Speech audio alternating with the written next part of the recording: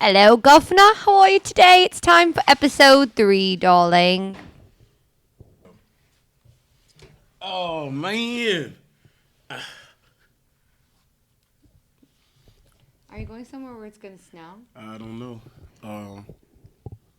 Hello? Typically, Yeah? probably going to snow.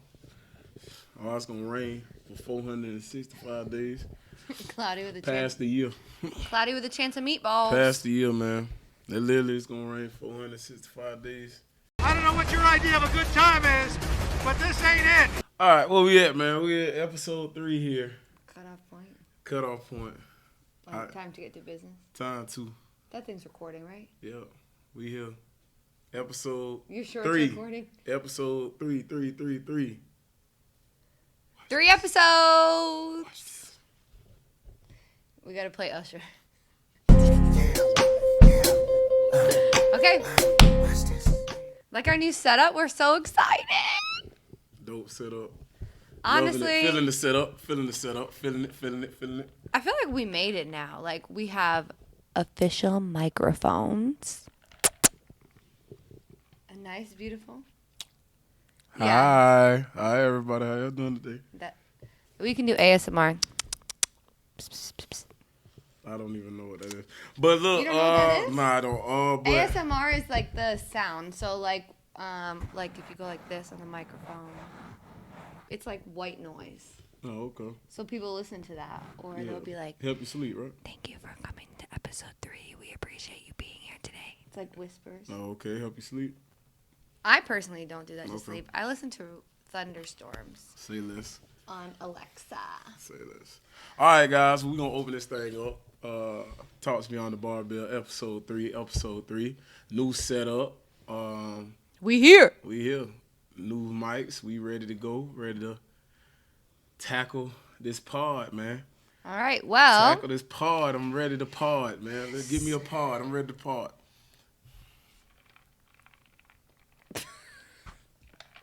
okay. So I was scrolling on TikTok the other day, and I sent you these videos. So you're gonna check them out here, and then we're gonna talk about them. Can you tell me why you don't? Oh my God! I already know this is about to be some BS. Cause you can't even say your words correctly. What's up? I just get nervous when I ask you stuff. Like, can you tell me why you don't post me on your social media? And I was 100% correct. This is some BS. Like, why does that matter? Because it's like you don't ever like show me off. You don't. It's like you don't appreciate me online. It's like you want to appear single. Or bear with me here. I want to appear private because I'm a private person. I like to keep stuff to myself. I mean, you can be a private person and show off your significant other, or I can be a private person and not be obsessed with social media like you are. I'm not obsessed with social media. I just want to, I would like to see myself on your page every once in a while. How about this? How about I just block you so you don't have to see anything else? But I would still know. Okay, how about this? I just delete all my social media. Would that make you happy right there? No, because the world still wouldn't know. Is the world more important than I am? What? Boyfriend of 1 year never posts me on his socials. It's stupid, but it hurts my feelings. No, it's not stupid at all. It's not stupid at all. When you're in a proper relationship, you should post each other on social media. You should want the world to know that you're together. You should want to advertise that you're proud of the fact that you're together. So, anyways, really, the topic is, and something that we've talked about before in our own lives, is should you post your significant other on social media? Hot topic. We got to start it off right. Hot topic. Is it Definitely necessary? And does it even matter in the long run? Does it? So, as a man, what's your stance on that? Like, would you put someone you're dating on your social media account? I think as a man, it would have to depend on how long we're dating, obviously, and let's just keep it a whole 100, right? It also will have to depend on what I see in the future with this woman, right? So I'm probably not posting you if I hadn't took you to see my family, if my friends haven't met you, if you hadn't become a major part of my life to that point, right? I think sometimes And I'm just being honest, especially in the dating phase, right? And me and you talk about this all the time. I think women love to take ownership, right? So, hey, you mine. Very early on, right? Probably earlier than men in some cases, right? So a lot of fuss is made about that, right? Hey, why you ain't posting me? You trying to hide me? You trying to do this? Friends, oh, hey, girl, he hiding you. I mean, but sometimes they really are. Okay, facts. Girl, he hiding. Hey, girl, he hiding. Let's be honest That's here. real. Girl, he hiding you. He hiding you. Da da da da. Okay, cool. But from a man's perspective, okay, what if that's simply not what's happening? Maybe I hadn't took some of those major steps with you. Maybe I am still in the process of figuring out, okay, is this person gonna fit my life? Is this person the one that I want to spend the rest of my life with? And is this person a good fit for my life in general? So I think it's a tough thing to say, right? But at the end of the day, I think between men and women, we have to figure out, okay, what's the level of importance of that really? Because, okay, me and you talk about this all the time. What if, okay, I am posting, you're cheating on you in broad daylight? So, Yikes. Come on, like, let's be real, because we know that. We done seen cases of that. We done seen it in real life. We done seen it with friends. We done had people we done encountered. We done seen it in society. Okay, what about the people that that put their relationship status on Facebook, but only one person's got it? Who? That's embarrassing. Who? That is embarrassing. Could you imagine that? But And then be trying to defend it if you come for them. no, that's real life. Oh, Lord. So I know somebody. How you defend that? Well, I know somebody who is. You in a relationship with yourself. Oh. Oh, Lord. I'm just being honest. You in a relationship with yourself. How is it somebody see, because remember, once you activate that little relationship status thing on Facebook, it gets sent to whoever. And they got to accept, And they gotta accept or it. deny. But what they could do is accept it and then hide their relationship Okay, status. well, if that's the case, you know you got major problems. Okay, because now why are they hiding that? But anyways, so my question for you is, does it matter? If you, let's say you're in a committed relationship, Yeah. not even long term, because obviously, like, once you get married and have kids and stuff, like, your social media kind of changes, right? Of course. But, like, let's say you're in the dating phase, and you and I have both been in relationships before that we have posted our significant others on social media. Of course. Like, do you think you will post your next girlfriend or boyfriend, for me, on your social media before you, like, get married? No. No, I'm not. So doing no that. matching pajamas for you. No, I'm not doing that. Darn. Oh my God! Continue. Let me I'm see. not either, Let though. me drink on this, man. Must be some liquor here.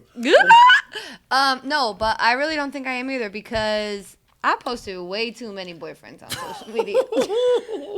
So say she don't post it all of their ass. Ones that don't even deserve to be there. Hey, they got posted. They out of there quick as they came.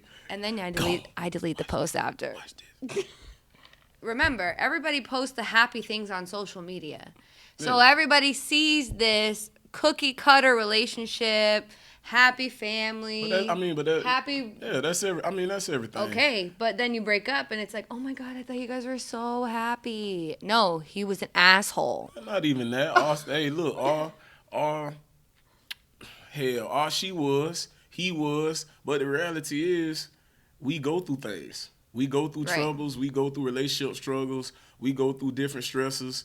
Certain things may impact the relationship. Like I keep trying to, the biggest thing I tell about social media is, you don't know these people.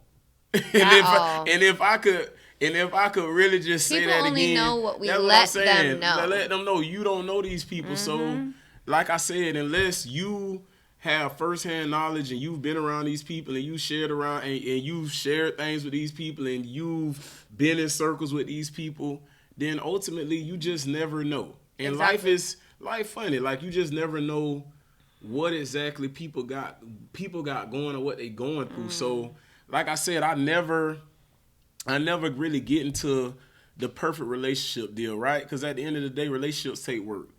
All right?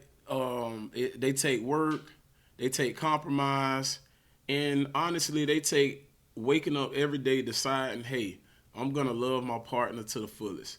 I'm gonna make this work today. Right? Because you're not always gonna get along with your partner. You're not always gonna see eye to eye with your partner.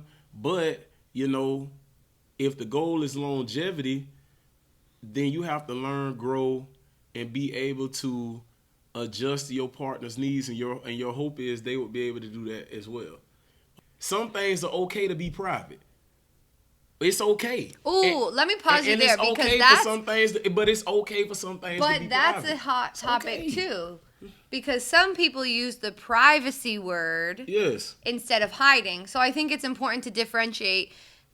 It is so important to have a private life. Yes, like, especially it's since okay. for us, we do a lot with social media. We do a lot with young people. Especially if we you do out a there, lot like, especially in if the you out there, community. like, especially if you out so there. people see us doing things, and sometimes you just need to have something yours. for yourself. Self, Well, that's and it doesn't have to be a relationship. It could don't. be a hobby. It could be anything that you don't have to put every single thing you do on social Not at media. all. And just because you don't put it on social media doesn't mean that it's not important to you. Yeah. Sometimes the most important things in your life don't make it to the news feed, And you know? but it don't have to. Because some things are just meant to be memories. You don't even take pictures of them because you're truly in the moment. Like, so but because just like I said, look, like a lot of my posts around what lifting, my kids, and motivating people. Mm-hmm. Okay, but those are the core things that are important to me. Yes, but it's okay to have some private things or some things that you enjoy doing outside of that, and it's okay to have private interests or just things that you know. Hey, that's just for me. That's okay. So all I'm saying is, in the grand scheme of things, does it matter if you post your partner? It really doesn't. It's okay for certain things to be private. And no, the private word doesn't always mean, because women will interpret this, doesn't always mean, oh, I'm hiding you. No, maybe some things I want to keep private. I've learned that, hey, sometimes the best relationships make it the furthest that are private, that we are dealing with ourselves, that we ain't always out there, that we ain't always showy. So let me ask you this. What if you're dating somebody and social media is important to them? Okay. And they are upset Yeah. or struggling with the fact that you don't post them on your social media, but you post other people in your life on your social media. Gotcha. I mean, a conversation ultimately would have to be had. And then at the end of the day, once again, as adults, we'd have to make a decision on how we gonna move forward. Can we move past that? Because this the thing. Certain things gonna be important to you, right, that are not necessarily important to your partner. But this is, again, what we talking about. The dating phase and the time that you spent with people matters with these conversations. The nuance matters, right? Right. Where you at in the relationship matters. If I done dug my heels and I've been with you over a year and you approach me about some of this, okay, I ultimately value you enough. I done been with you that long. All right, boo, I get you. I'll work on that, make some concessions, because ultimately you got to know that you want that person at that point. Okay, you have to know. You would think, right? So some concession need to be made. But the big problem I got is people that make some of these 1 month in, 2 or 3 weeks in, 2 or 3 dates. Come on, like it's just the reality of, like, come on, man. Like, what are we doing here? What's more important? And once again, because I know always hi, man, move that out the way. What's more important? Is it the show, or is it us actually building a healthy relationship? Let's dive into topic 2, right? Topic 2, guys. Entitlement in relationships and dating someone who fits in your life, right? So at that point, you got to kind of think, why do I feel so entitled, right? That early on, I would think it's even necessary to do so. Because just like you just detailed, right? And I'm going to take the hanging out for a couple months, right? Let's just say if it was a month, right? Or after 3 weeks. Because, come on, let's be real. Some people typically, it probably take most people, realistic and just being real, probably by the first 3 weeks to a month to say, hey, you know, we date. No, I want to date you. All right, I ain't really. Hey, I'm gonna be exclusive to you in most cases, not all, but most cases, right? All right, so what level of entitlement would you have to even feel like that after 3 weeks, right? Because this is my thing. At this point, we still really trying to figure each other out. Now, would I tell my friends about you in that time period? Yeah. I don't really think it's nothing wrong with that. No, I think because I think friends are the first friends ones to know. gonna be the first ones to know anyway, and friends gonna know because If hey, they're your man, real friends. you ain't really hey, whoa, where you been at? Let me tell you, a girl is going to tell her friend as soon as you leave her house. Hey, so exactly. If it's something decent, but I like how you said that. her right? friends are going to know. Exactly. Her real friends are going to know. Exactly. Even if it's bad, honestly. Hey, for like, sure. you pull out the date, For sure. it's already going to that group text. For sure, because I think women are more so like, especially on that first. That's why I be trying to tell a lot of dudes, yeah, you gonna lose a lot of women. You lose a lot of women first date. First date, they gone, man. So you gotta make sure, as a man, Sometimes right? you lose them before you even go on that date. Okay, but you gotta make sure that first date probably the most important thing you gonna do. Yeah. Especially when especially involving a woman. Why? Because first impression is everything. You know what I mean? First impression, everything from how you move, how you talk, to the things you talk about, to your level of, how polite were you. When we talk about entitlement and dating, I think we first got to kind of ask ourselves, like, why do people get to spaces where they think and feel like they're entitled, right? I think as a man, whatever you start doing, you must be able to maintain. And I think men struggle with that, right? So I think this stuff builds up entitlement in women because as a woman or as a man, if you present something to me, that's what I'm expecting. Time and time again. That's what I'm expecting. So I tell women. And vice versa. and Women vice need versa. to do the same thing. So I tell women and men this, right? Because a lot of problems with relationships is people start out doing stuff that they can't maintain or keep up.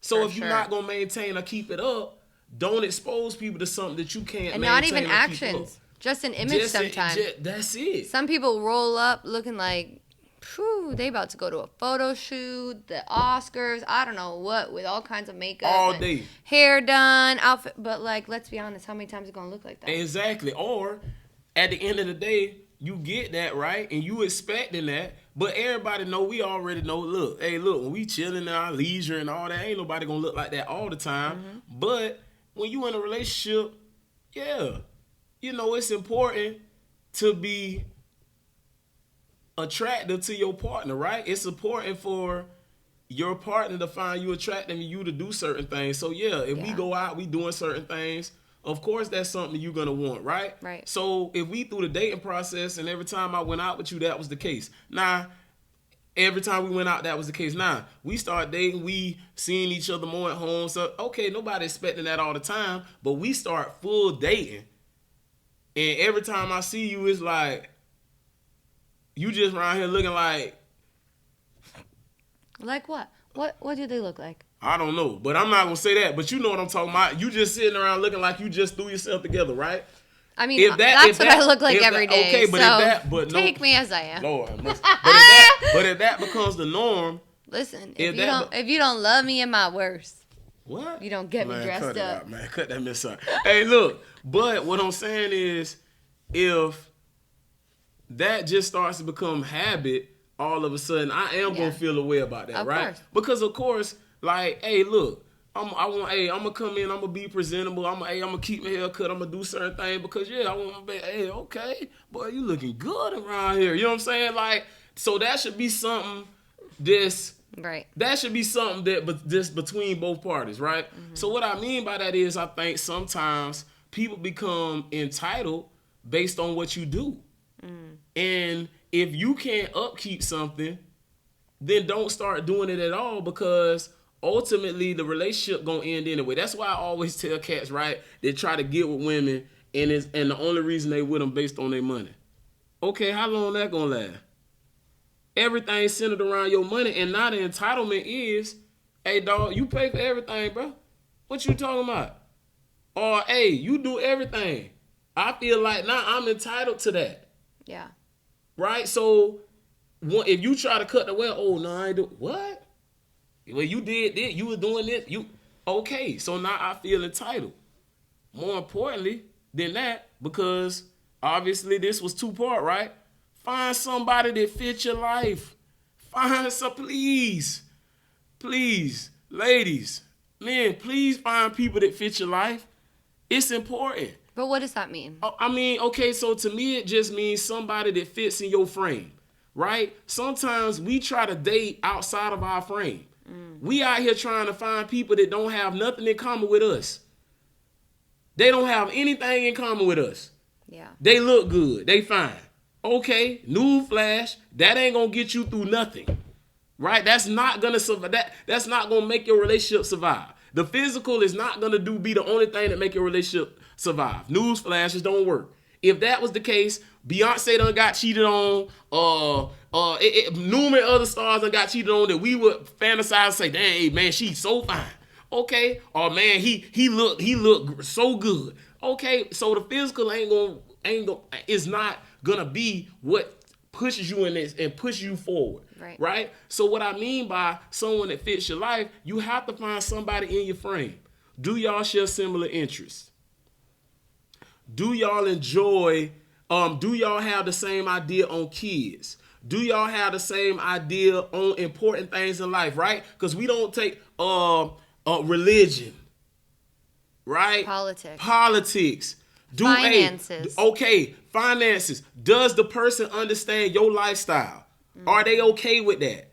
Are they somebody that's in the fitness? Are they not in the fitness? All this stuff matters, right? But when we're in the relationship process, we be out here just throwing stuff to the wall and hope it stick. Or we just be like, oh, hey, I'm going to ignore this.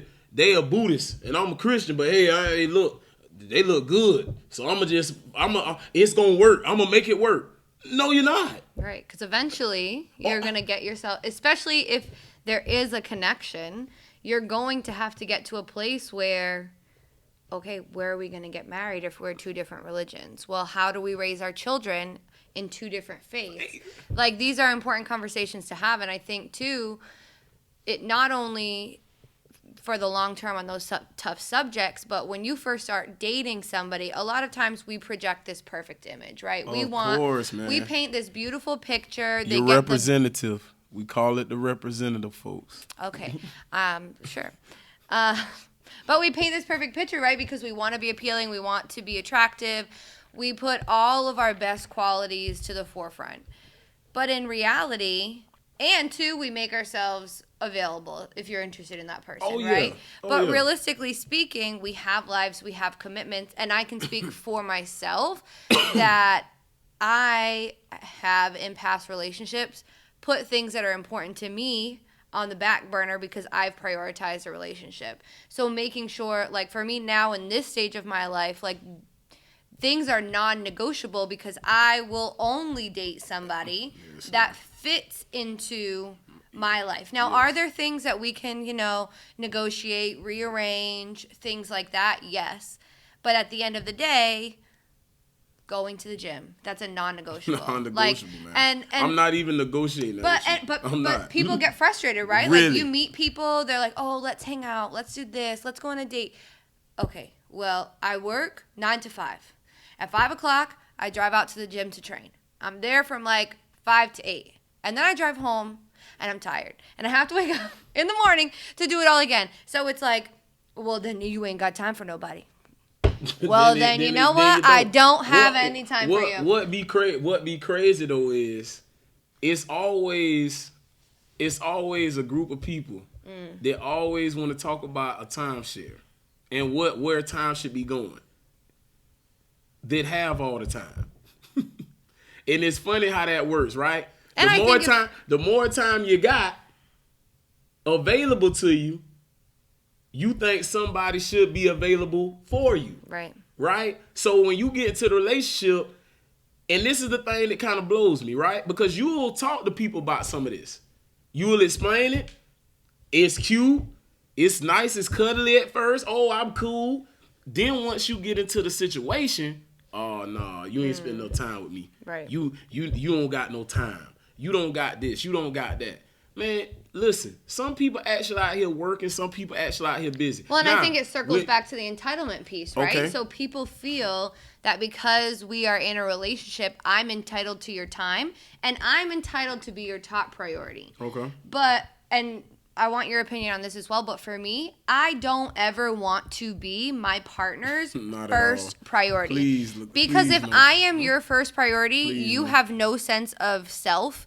You have no drive for things in your own life that you're passionate about. What are you giving back? And I don't want to be in a relationship with someone who doesn't have any goals or drive to be successful. Like, I want to date somebody that is going to have some forward progression towards a major life goal, and we can support each other on where we're headed. Of I don't course. need you to do things for me towards my goal and vice versa. I want both of us to be adding to each other's lives and move parallel. Yes. Because otherwise, if everything you do is for me, Yeah.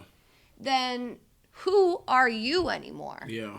You no longer so- have an identity in this relationship. So, because you know how super passionate I am about that. At this point, I'm not dating anybody that don't have their own self-interest. I'm just not interested in it. And it doesn't have to be the same self-interest as me. As me, no. But I'm not dating anybody that don't have their own self-interest. It's a waste of time. Because this is the thing. A relationship cannot be predicated on one person or what one person does. And I think that's another pitfall that we fall into when we start getting in relationships. Everything starts to be tied up into the person. Okay, well, what about you? What about your life? What was you doing before I got here? Yep. So then it becomes, oh, I got to see you. I got to spend time. I got to do this. I got to do that. Okay, I want us to have our time together. I value that time. But I also think it's important and healthy to have time that you share apart, that you have different interests, that you have different things you do. I love it when I could be in the same room with somebody and we doing two different things. That's okay. Right. I don't want you up under me all day. I wouldn't want somebody up under me. I wouldn't want somebody up under me, and I wouldn't want to do that to somebody, right? So it's okay to have your own self-interest in a relationship. And at this point, I'm not even trying to date nobody anymore that makes it all about me, because that's dangerous. Right. That means now you have somebody in your own home solely living for you. That's a dangerous thing. Yep. Because What happens in the worst case scenario if things don't work out? No. And maybe I'm pessimistic. Come on. I And you mean, done tied I've up been through a everything. lot in Tied relationships, up so I'm a everything in little you. bit bitter. Tied up I everything. will be the first to admit. But for me, a lot of times, especially now, as I would consider getting into a relationship, I want to prepare myself for, yes, do I want this to be successful? But are we in a place that, like, or am I in a place going into a relationship that if this failed, I could still be okay on my own? And I mean, that's a whole different subject, Yeah. right? Because Yeah, and we that's and we gonna marriage dive and all into this that. stuff. We gonna dive into that. But Yeah, that's it a comes total back different subject. around to entitlement and finding someone that fits your life. Like if there's any advice, because I think more so we see women being the ones who are asking for that time and tend to be all up under their man, right? Like, I'm not saying there aren't men that do that, because there certainly are. But for the most part, and I think I can speak for myself, it comes from our emotional connection that we put into a relationship, and we just bond differently than men do. And that's okay. But if I can give any advice to somebody, it's that you don't need to have that. Make sure at all stages of your life you have something that is for you. And if you do find yourself in a relationship, when you find yourself in a relationship, because we were made and put on this earth to find a partner, right? We're not meant to live alone.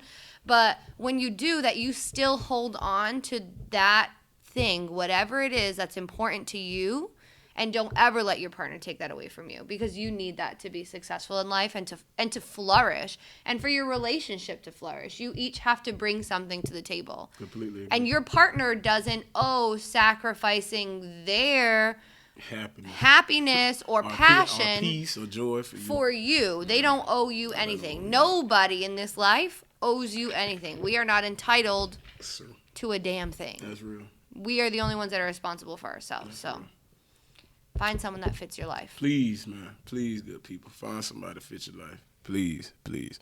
So I Topic think number 3. Oh, you have more to say? I'm sorry. Nah. Oh. I was just giving a little elongated period of time. I appreciate that. So Makes- now you can cut makes- that out. All right. So I'm topic leaving 3. it 'cause that face Topic 3. So topic 3 now, just to shift gears, because like we like We've to been do talking a lot about talks. relationships. Yeah, like we like to do talks beyond the barbell. But barbell included. So let's jump into some meat talks, some weightlifting meat talks, some lifting meat talks, competition talks, right? So practice versus meets, right? Practice versus meets. So really wanted to dive into this topic just because it's important to me as a coach, right? Let me tell y'all something. Practice is a comfortable space, and it should be. I think in practice, a lot of confidence is built. I think in practice, a lot of great habits are built. I think in practice, a lot of belief, confidence is built. I think in practice, a lot of joy and love is built for whatever you're doing. Practice is amazing. I cannot say anything else about training, right? Training, practice, for us, obviously, call it training, practice. Can't say enough about that, right? Ultimately, though, you gain experience through meets. You have to compete. And I think that is the pitfall that a lot of people fall into, right? We get so comfortable training or at practice, and we doing some things at practice and training, and then we have the toughest time transitioning it to the meet or the game. Okay, and a lot of people struggle with this, right? As a lifter, I see the struggle with it. As somebody who played football, I see the struggle with it, right? I see people as lifters. We in training and we doing certain things correctly, and our technique's good, and our focus is good, and we doing numbers, and we hitting PRs. We get to the meet, and nothing's connected, right? We're not able to tap in the same energy. I know, God, I play ball. You go practice, and people that play football know what I'm talking about. You'll have practice all Americans out there, like they got 2 Heisman trophies on their desk, and then we get to the game, and it's just like, bruh, come on, man, do what you do out in practice. So what I'm trying to get to is, guys, the only way that you're ultimately going to perform well in meets is to do meets. The only way you're going to ultimately perform well in games is to play games, get in game situations. You need the experience. So that's the key word that I want y'all to focus on. It's the experience. Some people just don't have the experience, so they're not ready for the moment. They're not ready for the atmosphere, because it does change. It's more on the line. It's more you're trying to accomplish. It's a greater stage. Practice is supposed to be comfortable. Practice is a place where you're supposed to feel safe. Okay, but once I step into this arena, okay, everything's different. So I have to get that experience there too. So how do you do that? By doing and competing in meets. You have to compete. So when people tell me, like I said, probably yearly, right? I think the aim should be probably, and this is just my opinion, right? To at least compete 6 times a year. I would say that's the minimum, at least 6 times a year. Now, maybe some people disagree with me, right? I think 6 to 8 times is good, right? Now, if you get into 10, 12, that's a little too rich for my blood. And as a coach, I just feel like that's a little too much, right? Because you want to get some good training cycles. You got to get a good cycle in, right? That's way too much. All right, but 6 times a year is pretty adequate. Yeah. And if you're looking to advance in the sport of weightlifting, or you're looking to get better, or you're looking to reach that pinnacle, yeah, that should be about where you at with that, right? But you need those 6. Right. Because it's nothing like getting on that platform or getting on that stage in front of people. I don't care where it's at. Yep. It's a different energy. It's a different pacing. Well, and I think it's getting comfortable being uncomfortable. And as corny as that sounds, it's so, so important because, like you said, practice is where you're comfortable. You're in your environment. You have music that you are, like, that fuels you while you're lifting, while you're with your friends, the people that you're comfortable most around. They've seen you succeed. They've seen you fail and struggle. So they know you. They know your movements. They know when things feel a little heavier than they probably should that day. And they're there to help you adjust. But when it comes to meet day, it's you and the barbell. And that center judge that's looking right into your soul. It's getting uncomfortable more often than not, right? So in anything, in moving the weight, in being alone on a platform, in wearing a singlet, and building that confidence in executing when you are uncomfortable, because it's easier. In practice, I won't even say it's easy because what we do is not easy. Yeah, training is not easy. Nope. But it is easier when you are in a more comfortable setting, comfortable environment that you are creating. Yes. Right? You're controlling that environment. On meet day, you don't have any control. Not at all. You don't pick the barbell you use. You don't know which brand of plates. I mean, you know they're going to be kilos, but they might be different than what you're used to at your gym.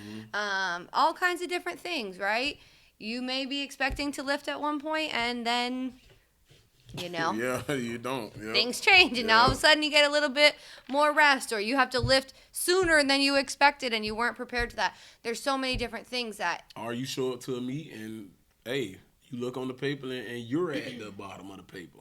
All right? Or you know what I mean? Yeah. You're at the bottom of the paper and you like, so now you sitting around a long time. It's a lot of, it's like I said, you have got to do meets to gain that experience. Yep. So people, you can say whatever you want to, and that's why I said, so to the people that's only getting 1 meet per year, 2 meet, man, you probably gonna be bad. Yeah. You probably gonna be bad for a long time. And the reason why is because you need the experience. You need to feel that day. For sure. You need to feel the different things that take place that day, because it is a different feeling inside. Your heart rate is higher. Your adrenaline is all over the place. So you have to learn how to manage certain things. You have to learn how to, on that day, you have to learn how to operate in that space. But you can only get that experience doing meets. Now, is that to say, practice is no? Training is super important. You have to build a foundation. It's super important, because what did I say? If you don't do some of this stuff in training, you never gonna build the foundational pieces to even get to the meet, right? And then, like we talk about, practice is a comfortable space. So yeah, I'm gonna try this PR today. I'm gonna try this today. I'm gonna do this today. I got people in my box, or they support me. Great.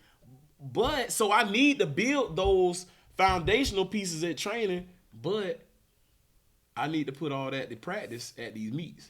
Because if I don't do these meets and I'm not able to execute at these meets, it's not going to matter. Because as we and you both know, some people execute at practice. We get to the meets, they can't execute. Well, and I think, too, some people need to do more consistent meets more than others. So, like, for me, I'm still very uncomfortable in the meet setting because I'm so used to competing in CrossFit. I'm glad you said and that. so I'm glad you said that. I can't take months off of getting on a platform at a meet. I can't. We did it over the summer, we did a full training cycle. And I'm not saying everybody is like this, but for me, with where I'm at in my weightlifting journey, it's like an oil change in your car, right? Which I don't do those as often as I should either, but you get the idea. It's an analogy. So you have to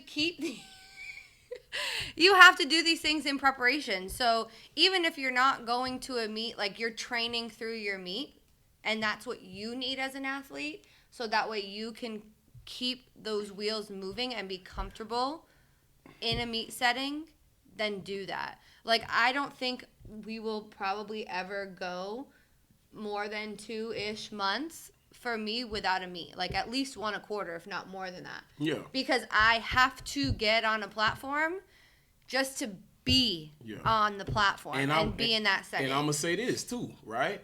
More mature lifters might not can need that. take more time off. Right. Right? More mature lifters, but if you have to know where you're at in your lifting journey. Mm-hmm. So that's something too. And as a coach, though, I have to know the people I'm working with where they at in their lifting journey as well, right? So to some, I may mention more meets. To some, I may not. Maybe we got to get this cycle in. I know, okay, but if you're not a mature lifter, or if you're just a lifter that's not as comfortable yet, maybe we do a few more weeks. Right. Maybe some of my other athletes, they don't do as much. But that's our job as a coach to figure that out, right? So, of course, we want, like even like in training, right? When we are creating programs, we're making adjustments based on what people need. Now, I think most coaches got like a generic 8-week or 10-week? Yeah, probably. Okay, but after that generic, okay, I got to change this, I got to flip this, I got to remix this. Okay, because why? Because some of our athletes need different things. Right. Technically wise, things are different, things are off. I need to fix this with this person, I need to do this. So that's different. Okay, the same with the meets. Okay, when meet schedule come out, I would construct the meet schedule, I'm figuring out meets. Okay, I might, hey man, we need to let's go try to do 1 or 2 more here. Let's try to get you more comfortable here. Whereas some of my other ones, right? And let's just be honest, right? Because I think all of this is real with coaches. We do have different varying levels. You maybe have some beginners, right?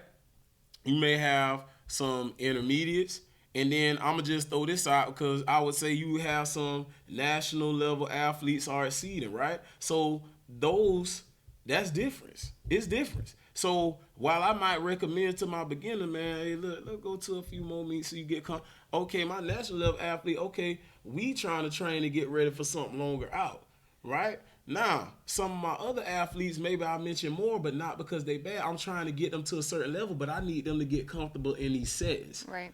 Okay? Because like I said, training is a beautiful thing. But as a coach, even after that first meet, right, you kind of able, okay, but you still want to get that experience doing meets. Of course. Right? You need that experience, especially for people that have never had that. Okay, I think, and just like a beautiful thing in Florida, obviously, because we have high school weightlifting, right? So you gain a lot of that because you're doing consistent meets for a long time, so you get comfortable doing that. For sure. So athletes from Florida, hey, we out here, we cooking, right? Because if you come up through the Florida system, especially if you was in high school, hey, man, you was doing meets. Hell, you doing meets every week. So you getting meet experience every week, right? But that's transition different from somebody either coming from another sport or just starting out because they may not be comfortable with that. In Florida, if you did Florida high school weightlifting, your ass been wearing a singlet for your whole 6 years in diapers, right? As a lifter wise, right? You've been wearing so that ain't not gonna be old. That's not. But if you coming from another sport or you just starting, yeah, that's an uncomfortable thing for a woman. Yes, that's very uncomfortable, right? So maybe even some instances for a man. Okay, if you was in the Florida system, you got consistent meets. So some of those meeting day anxiety, some of that stuff you talk about different music, you've been through that. Right. Okay, but some other people coming into the sport, they're like, what? Like for instance, it's been meets I done went to, right? I'm not no country fan. It's country music playing in there. I'm like, hey, well, let's get to it, right? And at the end of the day, I have to have what? I have to have that inner motivation in myself. So I'm charged already no matter what's going on around me when hey, look. But a lot of people aren't like that. When we get them barbell flying, hey, I'm locked in. But some people do need the music. Some people do need the setting, right? But again, this is why you need to do meets, because everything is not going to always be what you said, comfortable. Right. So you have to get used to that. So, now on to our last segment, because we had some people, bringing in questions. Look, man, we just going to call these hot tips, man. Hot tips. We just trying to give out some tips, answer some questions, but we going to call this hot tips. Sizzling. It's burning up in here, literally. All right, but so our first question was brought to us by one of my lifters, my man Verisai. He said, hey, what do you, or what do you focus on more? So what do you focus on more? He asked, what do you focus on more? The past, the present, or the future? And honestly, Verisai, I'm gonna give you, I'm speaking directly to you, brother. The present. The present, man. Just be present, brother. Just be present in what you're doing in your day-to-day life, your day-to-day activities.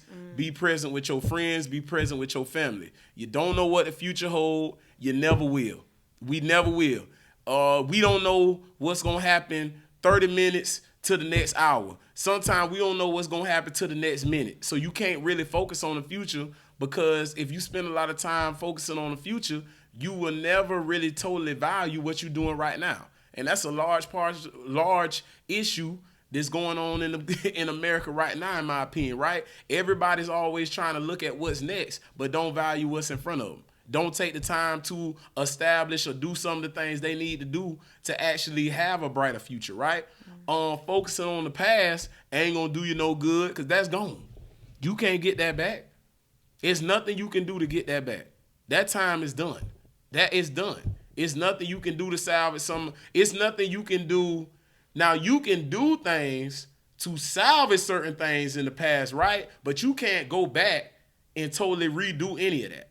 So the focus need to be on trying to make sure that you're doing the best that you can going forward in the present, and being present enough to improve yourself, improve the people around you, and ultimately just try to make sure, hey, I'm putting in building blocks that are going to help me be successful in the future and going forward. But yeah, brother, just be honest with you, man. Focus on the present. Focus on where you at right now. Enjoy where you at right now. And ultimately, just appreciate the things that you have right now. Because, man, look, the past gone and the future, unfortunately, brother, we don't know what it holds. But while we in the present, we definitely can influence things that will happen in the future by the things that we doing right now. So I think for me, it's dependent on the season of life that I'm in, what I've focused on. I think right now it's super, super important, and I think this is the right answer. I would have to agree with you to focus on the present. Got to, man. But when I was younger, I put a lot of pressure on myself for the future. I wanted to attain certain things by a certain goal. I wanted to I literally had a deadline for so many things in life. And as a young person, that puts a lot of pressure on you to accomplish things that, if we're being honest, because that's what we are here, 98.900,000% of the people don't accomplish anything by the actual timeline that we think is accurate. That's why it's no point. It's almost like you just, like I said, sometimes we looking so far forward that we fail to appreciate what we doing now. Right. And we fail to even put in place building blocks that's going to get us to where we want to go. Exactly. Because we trying to, so. And in doing that, you may miss opportunities for something better. So, like, for example, When I was younger, I always thought that I was going to graduate college, get married, and have kids literally by the time I was 26. Now I'm 32. Yeah. And in hindsight, when I was 26, my life was just starting. Like, I literally left Florida left Massachusetts when I was 22, came to Florida and started a whole new life by myself, left everyone in Massachusetts. So how realistic would it have been for me to find a partner and pop out these kids? Like, instead, I was able to make an opportunity to build a career at Disney. I was able to build a life in a state that I had never been. And those are things that other people my age weren't doing, that maybe were more focused on that time frame. So I think that just adds some fuel to what you said about focusing on the present, is that set goals for yourself. Of course, know where you want to go in life, but the only thing you can control is now. So take full advantage of every opportunity that's right here in front of you. Maximize off of that, because everything that you're doing now is building the foundation for what is to come in the future, whatever that is. And it may not feel like it's what you thought it was ever going to be, because there's certain things in both of our lives, I'm sure, that we probably weren't planning on panning out that way. Nope. But I can tell you today that I can tell with confidence that I'm exactly where I'm supposed to be. And that's because I followed what my heart and my gut was saying in the present. Like, we probably wouldn't be here doing this podcast if we were so focused on deadlines and goals of things that we wanted to do in our life, you know, and it led us to where we are and being able to do what we do. So Definitely.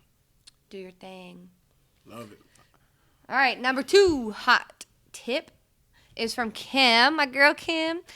She asked, how do you balance working on form while working on strength at the same time? So, Kim, my girl. let me holler at you. Okay, go ahead. Kim, let me holler at you. Let me tell you something, guys. And I tell my athletes this all the time, right? Form gonna carry you into strength. It's just that simple.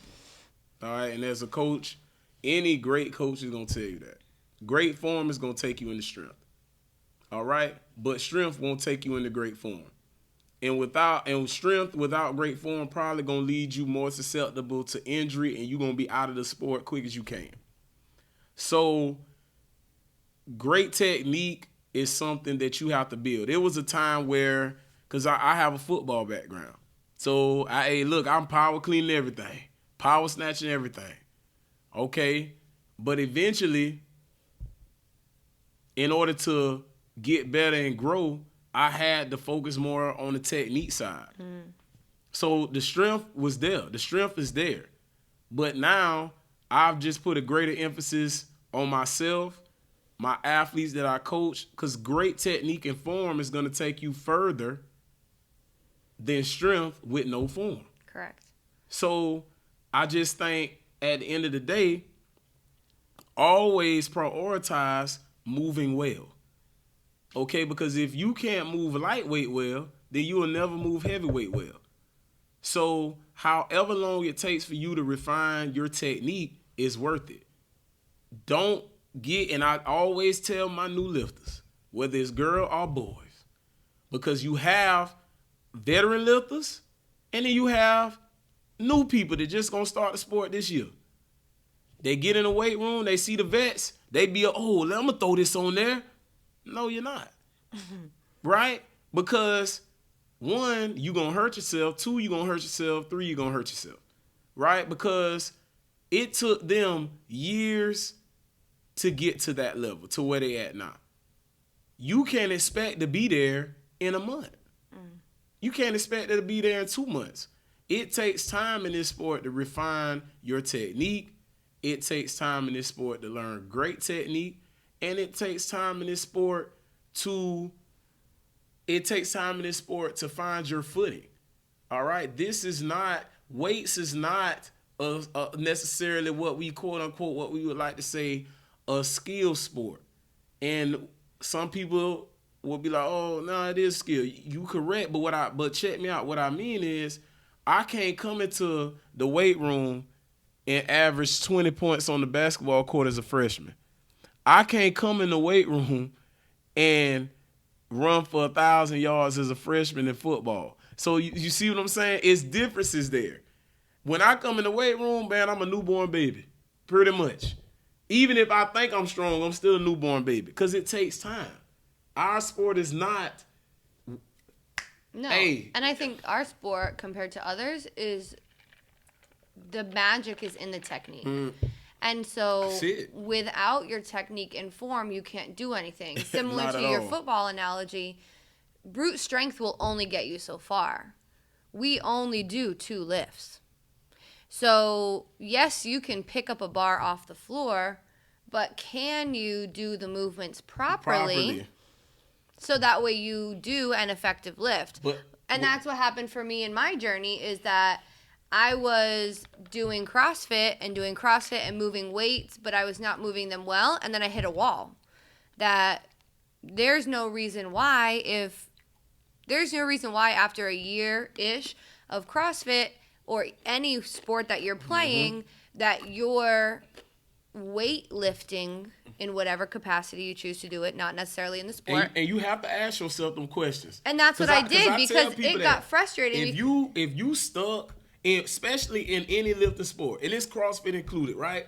If you've been going to a place and after a year you doing the same weights, call the cops. Right. Call It's 2 things. 911. Either you don't want to get uncomfortable and push to the next level, or you're doing something wrong if you are like for me, I was continuously trying to push weight and I physically was not able to do the movement at a higher weight.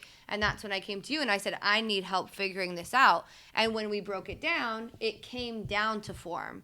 And we had to take all of the weight off and start from the ground up to correct that technique. So then in turn, we could make these strides in PRs in my strength because we all have some form of strength, right? It's in varying levels. And I think that's the difference too between weightlifting and CrossFit is that in CrossFit, the focus is getting the weight over your head or completing the movement. It doesn't necessarily require you to have proper form and technique to complete the workout, which in turn translates for the everyday CrossFitter. Everyday CrossFit. We ain't The talking everyday about elite. CrossFitter We ain't talking about elite. doesn't have the time in said programming at your box. And I'm not saying that this is every box, but let's be honest. If you go to majority of our boxes, it's going to have a maybe 15-minute strength portion, which is great. It's going to give And you how long the session? Probably an hour session, right, right? because you usually have a warm-up, Yep. a strength session, then the Metcon, right? You got different classes, right? So you Exactly. only looking at You hour only of work, have maybe an hour. hour 15 of work. So the programming is to get something accomplished so that way you can build. But there's really not much you can accomplish in a 15-minute time period. So then it's up to the individual athlete. Am I serious about this sport that I'm going to do extra ancillary work after to master the skill, or am I just going to be comfortable being an everyday CrossFitter that's there to move my body? But if you are looking to get to the next level, to push yourself to new limits, you have to step out of that standard class time and do more and focus on the technique so that way you can break down those movements and master your craft. The strength will come. The strength comes from consistent movement of proper technique. Once you have mastered that, then you can move on. So, Kim, I think you're doing the right thing. Going to the Snatch Clinic on Saturday is going to be the best thing you've done you will do for your progression is getting the help outside of the normal programming we have and pushing yourself to new limits, breaking things down, and then taking that back to your regular WODs and Metcons and anything that you want to do, competitions, and translating that into it. But in order to move the heavier weight, we have to break down those movements and get the form right. So it's going to be frustrating. I can tell you it is frustrating, but it pays off long term. I mean, we've pushed my PRs probably like 20 some odd pounds in each lift since Since it doing started. that. Yeah. And that's nothing against CrossFit, because I love CrossFit. I still do CrossFit, and it's so beneficial for me in so many other ways. But if we think about it, and you and I talk about this all the time, these elite CrossFit athletes are not going to a 1 hour class No. 3 to 5 days a week. And that's my only issue. So because I we think see some people them- believe that Right. that's what they're doing, and they're And not. we see They're them not. competing at these elite levels and moving weights and doing so well, and we aspire to that, but it's an unrealistic goal for the everyday human like us who only have time for a 1 hour class. So we have to take a step back and look at what are our goals. What are we actually trying to achieve, so we can set a realistic expectation for ourselves. And if stepping up to the next level as an athlete is where you want to go, then how much time do you have to do more. outside of that To do more. class in your natural programming to do more, to take an extra hour after to do additional metcons on things you're weak, to have a weightlifting program that you're doing? Because these CrossFit athletes, they have a CrossFit coach, they have an endurance specialist, they have a recovery specialist, they have a weightlifting coach. Gymnastics cool. Yeah, so they're So, not yeah. just at a box like we are doing the everyday workout. So I think you're doing the right thing. I think for anybody that is hitting a plateau, And we definitely gonna talk about that in the later part. Just the difference between everyday and elite athletes, because I think it's a lot of misconceptions, and I think it's a lot of everyday people that think that they doing enough to get to that level. yeah, and you're that's in not. weightlifting too. Yeah, Think and about you're it, not, right? And you're really not. So, Kim, I hope that helped. And like I said, Kim, just continue to prioritize your form and technique. It's gonna take it far, and it ultimately will take you into greater strength. So last one is Coach Jeremy. Coach Jeremy, shout out, Coach. Being a coach and an athlete. For me, sometimes it proves to be extremely difficult. The biggest reason why it is for me is because I care so much about the people that I coach and the people that I train. And like I said, and they know that, man, the people that I coach and I train, they mean the world to me. It's nothing I would rather do, no place I would rather be than in some of them fires, in some of them training sessions, feeling that energy, not only helping them improve as people, but helping them improve as athletes. So that means a lot to me. So I focus a lot on that. So it's tough. You know, I run 2 great high school programs. I do my high school practice before I do my actual training / coaching with my athletes for max effort. And at the end of the day, it does prove sometimes to be extremely difficult. Sometimes you're just tired. So like I said, for most people in the sport, if you blessed, you're blessed enough to where your life encompasses lifting weights. So everything you do is regimented around that. But for me, a normal everyday guy, I'm up at 6.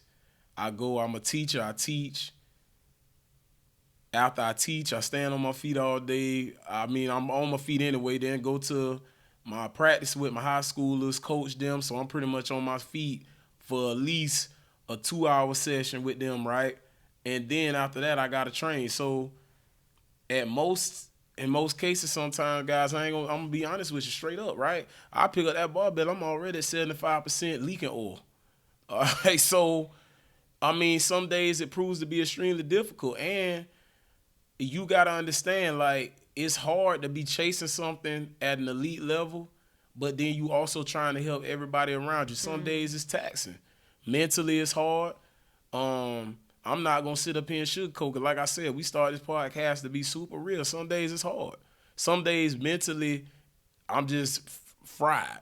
By the time I get here, I'm just fried. And you get up and you do it all again, and you have other things going on in your life, so on and so forth. But yeah, it's difficult. It's difficult because you trying to chase something for yourself, but you also, if you a real one, if you love the people you coach, then their success means even more than your own. So I'm glad you said that. So then it's even harder because you trying to chase an excellent and a mark. But at the end of the day, sometimes if you doing something wrong or you not, if we train you not, then I got to focus more on that. So yeah, some of my stuff gonna take a back seat. Or sometimes if I had to really get in there and get in the trench with my high schoolers, yeah, by the time I start, I'm sweating bullets. Hey, look, I'm leaking oil by the time I pick up the barbell for myself. I'm at 75%, like I just told y'all, leaking oil. So some days it just ain't working. So, well, and I think it's hard too because as a coach, so the normal athlete, right, literally trains for yourself. You set a goal, you train, you work hard, you accomplish said goal. For an athlete that also coaches, now you have people that are relying on you. These people, they know you're an athlete. Like our athletes know we compete as well, but they still want us as their coach to show up in our best form for them, and they deserve that. Yeah, of course. And so we have a high caliber expectation to provide for our athletes because, like you said, we genuinely love them and want them to do well. And sometimes that does trump what we're doing. So it can make it very difficult to train when you are also trying to get your athletes. Because sometimes, like you said, there may be a time that you're supposed to be training as well, but your athlete needs something from you. Of course. So do you tell them, oh, I'm so sorry, I can't help you right now. I have to do this programming and then I'll come help you? No, you can't. You have to serve them. That's what we're there to do, is to serve our athletes, to help them be better, because that's also our goal. That's what we're here to do.